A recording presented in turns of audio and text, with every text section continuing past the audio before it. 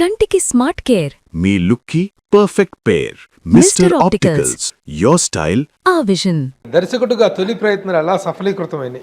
యాక్చువల్గా నేను అస్సలు ప్రయత్నం చేసిందే లేదు, ఎప్పుడు ప్రయత్నం చేయాలి. అప్పుడు చేద్దాం అనుకున్నాను కానీ ఎవరికి చెప్పాలో ఎవరి దగ్గరికి వెళ్ళాలో ఏమీ తెలియదు. అలాగే పోసాని కృష్ణమురళి కూడా భలే ఎంకరేజ్ చేసేవాడు నన్ను. ఆహా సినిమాకి పెట్టింది తనే. తను కూడా అనేవాడు, నువ్వు డైరెక్టర్ అయిపోవాలయ్యా, నువ్వు బ్రహ్మాండమైన డైరెక్టర్ అవుతావు అనేవాడు ఆయన. తను కూడా అప్పుడు శ్రీహరి ఒకరోజు ప్రసాద్ ల్యాబ్లో కనిపించి, అప్పటికి తను 3 or 4 సినిమాలు హీరోగా చేశాడు. పోలీసు, దేవా. యాక్చువల్గా ఫస్ట్ నన్ను సాంబయ్య సినిమాకే నన్ను అడిగారు. బెల్లంకొండ సురేష్ గారు ప్రొడ్యూసరు, దానికే అడిగారు. మళ్ళీ ఏమైందో అది మధ్యలో అది జరగలేదు. అంతకుముందు ఏంటంటే మళ్ళీ ఒకసారి ప్రసాద్ ల్యాబ్లో కనిపించినప్పుడు శ్రీహరి అడిగాడు. శ్రీహరి మనకి చిన్న చేసేవాడు కదా. అప్పటి నుంచి మెడ్రాస్ నుంచే నేను తను అక్కడ రూమ్ తీసుకుని ఉన్నప్పుడు తన రూమ్కి నేను వెళ్ళేవాడిని, మా రూమ్కి తను వచ్చేవాడు. అలాగా ఉన్నప్పుడు తను ఒక రోజు అడిగాడు, దేవి నువ్వు పెద్ద హీరోలతోనే సినిమా చేస్తావా, లేకపోతే ఇప్పుడు నాలాంటి వాడితో చేస్తావా? అప్పుడు 3-4 సినిమాలు చేశాడు హీరోగా. చేస్తావా అని అడిగాడు. అదేంటి భయ అలా అన్నావు? నా సినిమాలో ఎవరు హీరో అయితే ఆ హీరోనే నాకు మెగాస్టార్ అన్నా. అవునా అన్నాడు. దాని తర్వాత ఒకరోజు ఫోన్ చేసి, నానకరామ్గూడలో సినిమా ఓపెనింగ్ ఉంది, నువ్వు రా, తప్పకుండా రా అని పిలిచాను. వెళ్ళాను, విష్ చేశాను. మామూలుగా వచ్చేస్తుంటే ప్రెస్ మీట్ జరుగుతోంది. శ్రీహరి గారు రమ్మంటున్నారని చెప్పి తీసుకెళ్లి ప్రెస్ మీట్లో కూర్చోబెట్టారు. నెక్స్ట్ నా డైరెక్టర్ దేవి అని చెప్పి, గుర్తుందా? అప్పుడు మీరు అందరూ అని అనౌన్స్ చేశాడు. ఆ కథ ఏంటో తెలియదు, తెలియదు, ప్రొడ్యూసర్ ఎవరో తెలియదు, ఏమీ తెలియదు. అంతకుముందు ప్రసాద్ ల్యాబ్లో ఇది ఒక్కటే అడిగాడు. చిన్న డిస్కషన్ జరిగింది, దాని తర్వాత అంతే. అలాగా ఆ సినిమా జయకృష్ణ గారు ప్రొడ్యూసర్గా అది స్టార్ట్ అయింది. తర్వాత పోసాని కృష్ణమురళి కథ మాటలు, అది దాసన్న అని వచ్చింది. అదేమైందంటే అది ఇంకొక 15 రోజులు 14 రోజులు షూటింగ్ బ్యాలెన్స్ ఉందనగా ఆగిపోయింది. వాళ్ళిద్దరికి చిన్న క్లాష్లు వచ్చినాయి, జయకృష్ణ గారికి శ్రీహరికి. యాక్చువల్గా ఇద్దరు చాలా మంచి వాళ్ళు, ఇద్దరు బంగారాలు. వాళ్ళిద్దరికి ఒక చిన్న ఈగో క్లాష్ వచ్చింది, దానివల్ల ఆగిపోయింది. తర్వాత మళ్ళీ వాళ్ళు ఇద్దరు హ్యాపీగా కలిశారు, అంతా ఓకే. ఇది మాత్రం ఆగిపోయింది. ఇది అయిపోయింది. ఇద్దరు నా గురించి బాధపడేవాళ్ళు. అట్లా అది అయిపోయింది. అయిపోయిన తర్వాత సివి రెడ్డి గారు ప్రొడ్యూసర్, శ్రీకాంత్ హీరోగా. అప్పుడు ఆయన ఇంటికి వచ్చి తీసుకెళ్ళి సినిమా ఇచ్చారు నాకు. అవును, ఎందుకంటే ఇది ఎంత రషెస్, చాలా బాగా చేశాడు అని చెప్పుకోవడం వల్ల పేరైతే బాగా వచ్చింది. ఇండస్ట్రీలో ఏంటంటే షూటింగ్ స్టార్ట్ అవగానే ఇవన్నీ స్ప్రెడ్ అవుతూ ఉంటాయి. అవును, డైరెక్టర్ ఎలా చేస్తున్నాడు, ఎలా హ్యాండిల్ చేస్తున్నాడు, ఎలా ఫ్రెండ్లీగా ఉన్నాడా, ప్రొడ్యూసర్ ఫ్రెండ్లీగా ఉన్నాడా, హీరో ఫ్రెండ్లీగా ఉన్నాడా, బిహేవియర్ ఎలా ఉంది, యాటిట్యూడ్ ఎలా ఉంది, ఇవన్నీ స్ప్రెడ్ అవుతుంటాయి. తర్వాత సివి రెడ్డి లాంటి ఆయన పెద్ద సీనియర్ డైరెక్టర్ ప్రొడ్యూసర్, ఆయన ఎత్తుక్కుంటూ వచ్చి రావటం. అందులో శ్రీకాంత్ కూడా చెప్పుకోవాలండి. అంటే జమ్మస్లో అంటే ఎట్లా అంటే తను ఎంత ఇది అంటే, శ్రీకాంత్ నేను అసిస్టెంట్ డైరెక్టర్గా చేసేటప్పుడు పెళ్ళాన్ని చెప్తే వినాలి ఆ సినిమాలో యాక్ట్ చేశాడు. అవును, నువ్వే డైలాగ్ చెప్పాలి అని అనేవాడు అనమాట. నువ్వు చెప్పయ్యా, నువ్వు బాగా చెప్తావు, చెప్పయ్యా అనేవాడు. నేనే డైలాగ్ చెప్పేవాడిని. అప్పుడే నువ్వు మంచి డైరెక్టర్ అవుతావు భయ్యా, క్యారెక్టర్ భయ్యా, అది ఇది అని చెప్పేవాడు అనమాట. తను అప్పుడు ఫెయిల్యూర్స్లో ఉన్నాడండి. జనరల్గా ఒక ఫెయిల్యూర్స్లో ఉన్న హీరో ఇంకా మంచి బెటర్ డైరెక్టర్, సక్సెస్లో ఉన్న డైరెక్టర్ తోటి చేస్తే బాగుంటుంది అనుకుంటారు. కానీ తను దేవి పెట్టండి సార్, మంచి ఆప్షన్ సార్, అది ఇది అని చెప్పి సివి రెడ్డి గారికి చెప్పడం, అలా నన్ను తీసుకెళ్ళి సినిమా ఇచ్చారు. సో దట్ ఈస్ తొలి సినిమా ఆడుతూ పాడుతూ రిలీజ్ అయింది. అది బాగా ఆడింది. 100 రోజులు ఆడింది ఫస్ట్ సినిమా.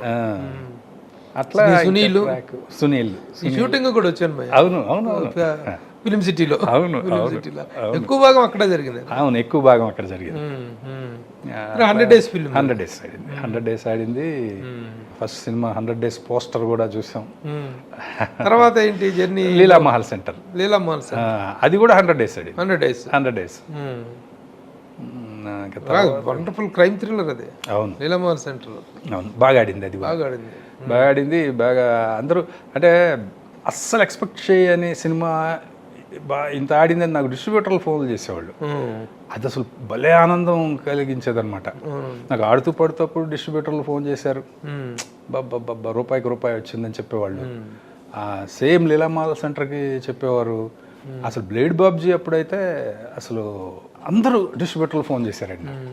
అందరు డిస్ట్రిబ్యూటర్లు ఫోన్ చేసి వరుసగా 2 బ్లేడ్ బాబ్జీ కూడా 100 days.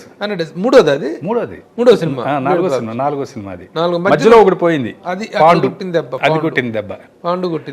పాండు ఎవరు హీరో? జగత్ బాబు గారు. స్నేహ ఎంఎల్ కుమార్ చౌదరి గారు. అది దెబ్బ కొట్టింది. మళ్ళీ బ్లేడ్ బాబ్జీ మళ్ళీ 100 రోజులు ఆడింది. 100 రోజులు. మరి 300 రోజుల సినిమాలు పెట్టుకున్న తర్వాత ఎందుకు కెరీర్లో అనుకున్నంత ఊపు రాకపోవటం? యాక్చువల్గా దానికి కారణం నేనే, వేరే ఎవరు కాదు. ఇండస్ట్రీ నిజంగా చాలా అవకాశాలకు దారి చూపించింది నాకు. నేను అందిపుచ్చుకోలేకపోయా, నేను చేయలేకపోయా. దీనికి కారణం ఏంటి? కారణం అంటే నాకు కొంచెం ఫ్రీడమ్ అనేది కావాలి అని ఎప్పుడు ఉండేది డైరెక్టర్గా. అంటే ఒక అపోహ ఉండేది అనమాట. అంటే పెద్ద హీరోలు దగ్గరికి వెళ్తే వాళ్ళే మొత్తం మనల్ని కమాండ్ చేస్తారు, ఇలా ఉండాలి అలా ఉండాలని, ఇలా చేయాలి అలా చేయాలని చెబుతారు అనేది ఎందుకో నాకు నేనే అనేసుకునేవాడిని ముందే. అందుకని నాకు కంఫర్ట్గా ఉన్న వాళ్ళతోనే చేయాలనుకునేవాడిని. ఏది ఒక పెద్ద డైరెక్టర్ అయిపోవాలి, పెద్ద హీరోలతో సినిమాలు చేయాలి అని అసలు అనుకునేవాడిని కాదు. ఏం లేదు అసలు లేదు. అవకాశాలు వచ్చినాయి. చెప్పు, ఎవరెవరిని రిజెక్ట్ చేసావు? ఎవరెవరితో వచ్చిన అవకాశాలు? మోహన్ బాబు గారి ఒకసారి ఏది ఆ సినిమా, అప్పుడు మన సినిమా ఏదో తర్వాత తీశారు కూడా అది మన గౌతమ్ రాజు గారు కాల్ చేసి, ఎడిటర్ గౌతమ్ రాజు గారు తర్వాత శేషు గారు కూడా వచ్చారు. ఆయన అప్పుడు మోహన్ బాబు గారు డేట్లు చూసారు, బ్రహ్మానందం గారు ఆయన కూడా వచ్చి చేయాలి అది ఇది అని అడిగారు. గౌతమ్ రాజు గారు అయితే 2-3 సార్లు ఫోన్ చేసి మీరు చేస్తే బాగుంటుంది అని చెప్పి, అంటే నాకు ఆల్రెడీ ఏం చెప్పారంటే ఆల్రెడీ మొత్తం స్క్రిప్ట్ రెడీగా ఉంది, నువ్వు వచ్చి డైరెక్ట్ చేయడమే అన్నారు. నాకేంటంటే పర్చూర్ బ్రదర్స్ చేశారు, అది పొలిటికల్ రోడీ అనేది తీసినట్టున్నారు. పొలిటికల్ రోడీ ఆ సినిమాకి అడిగితే అది నేనేంటంటే మా పర్చూర్ బ్రదర్స్ పెద్ద రైటర్స్, ఇప్పుడు వాళ్ళు వెళ్ళి నేనేంటంటే నేను ఓన్ చేసుకోకుండా, నేను రాసుకోకుండా తీలేను. అదొక ప్రాబ్లము ఉండింది. మా గురువు గారి దగ్గర నుంచి వచ్చిందో ఏంటో తెలియదు. రైటర్ రాసింది ఉన్నప్పటికీ కూడా దాన్ని నేను మళ్ళీ రీరైట్ చేసుకుంటాను.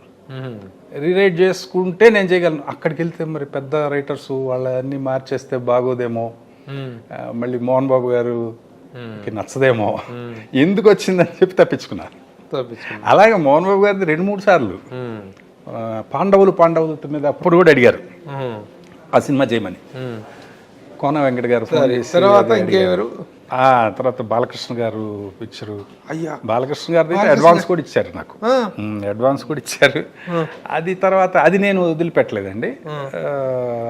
అదే తర్వాత ఇంకా ప్రొడ్యూసరు వదిలేశాడు. ఏది మిస్టర్ పెళ్ళికొడుకు ఫ్లాప్ తర్వాత, మిస్టర్ పెళ్ళికొడుకు ఫ్లాప్ అయిన తర్వాత మరి దాని కారణం అంటే మన సూపర్ గుడ్ ఫిలిమ్స్, సునీల్ హీరోగా ఆ సినిమా సూపర్ గుడ్ వాళ్ళది.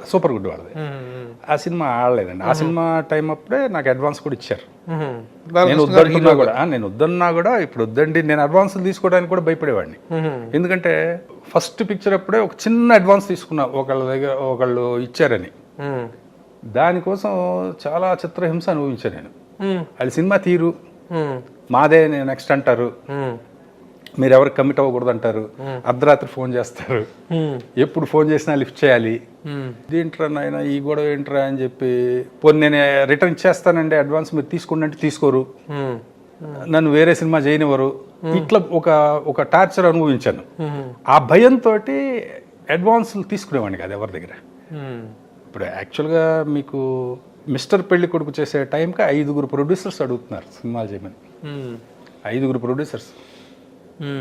అందులో ఒకళ్ళు అయితే మీరు అడ్వాన్స్ తీసుకోండి 1 year తర్వాత చేసినా నాకు ఓకే అన్నారు. తీసుకోలే, లేదండి చేస్తాను కానీ ఇప్పుడు వద్దండి అని చెప్పి అట్లా మిస్ అయినాయి. అంటే నేను చెప్తున్నాను అది ఎవరి తప్పు కాదు, వాళ్ళ తప్పు అనేది ఎవరి తప్పు కాదు, అది కరెక్ట్గా ఏంటంటే నా తప్పే. నా తప్పే అనేది నాకు ఇప్పుడు తెలుసు.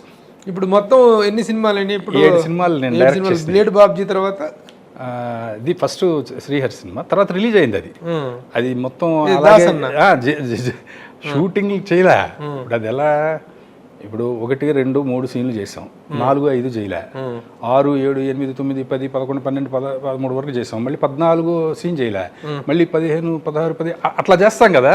అంటే ఒక షెడ్యూల్ మొత్తం బ్యాలెన్స్ ఉండిపోయింది. అది రఘువరన్ విలన్ సినిమాలో, ఆ టైం గ్యాప్లో రఘువరన్ చనిపోయాడు, మల్లికార్జునరావు గారు చనిపోయాడు, ఆర్టిస్టులే లేరు కొంతమంది. ఇలా ఉన్నప్పుడు మీనా హీరోయిన్, తనకి ఏదో మ్యారేజ్ అయిపోయినట్టు ఏదో ఇట్లాంటి సిచ్యువేషన్స్ అన్నీ అలా వచ్చినాయి. ఇప్పుడు ఏదో రకంగా చేసి దీన్ని బయటికి పంపించాలన్నారు. ఎలా చేస్తాం అసలు? దానికి ఏదో నేనే రాసిచ్చాను డైలాగులు, ఏదో లింకులు పెట్టి వాళ్ళు చేసేసి ఏదో రిలీజ్ చేశారు. అది తర్వాత ఆ సినిమాకి డబ్బులు వచ్చినాయి. అతనికి నట్టి కుమార్ ఏదో నట్లు బోల్టులు బిగించి ఉంటాడు. నాకు డబ్బులు వచ్చినాయి అంటాడు ఆయన ఆ సినిమాకి. ఏది నిజం చెప్పాలంటే అందులో 14 రోజులు షూటింగ్ బ్యాలెన్స్ ఉంది. అది ఏదో తిమ్మిరి పంపిణీ చేస్తారు, అదేదో మొత్తానికి బిజినెస్ అదేదో చేసేసి చేశారనమాట. 7 సినిమాలు ఏమేంటి వరుస? ఇది దాసన్న, ఆడుతూ పాడుతూ, లీలా మహల్ సెంటర్, పాండు, బ్లేడ్ బాబ్జీ, కెవ్వు కేక, మిస్టర్ పెళ్లి కొడుకు. 7 సినిమాల తర్వాత డైరెక్టర్గా ఏం లేనట్టు దేవి? లేదు, 100% చేస్తాను. చేస్తావు? 100% చేస్తాను. చూడండి, వెరీ గుడ్. రెడీ అవుతున్నాయా ప్రణాళిక? అదే